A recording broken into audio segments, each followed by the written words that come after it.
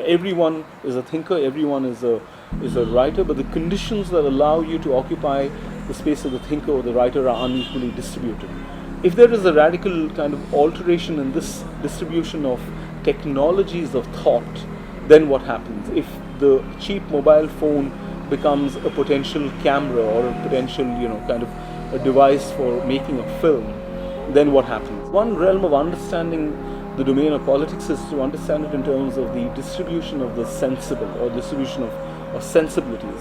The developmentalist logic always saw people as being kind of, in a sense, objects of the technical or the technological imagination. It was always about how does one, get computers to the villages, but never saw them as being subjects of the digital imaginary, which is that assuming people had computers, what is it that they want to do with it?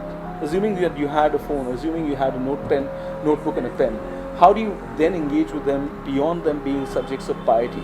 The idea of the Jugaad modern is a route that you create for yourself into the domain of modernity. It's not carved out for you by the state, nor is it granted to you by corporations. The kinds of conversations which are possible, the kinds of conversations about the notions of life which are possible, right? Because more than creativity, I think it's curiosity which is the virtue to think about. And the relationship between curiosity and creativity is vital. I mean, there's an incredible account of the history of innovation as a philosophical concept by someone called Adrian Jones. And he says there's a moment in which the idea of creativity and innovation become kind of ends in themselves, right?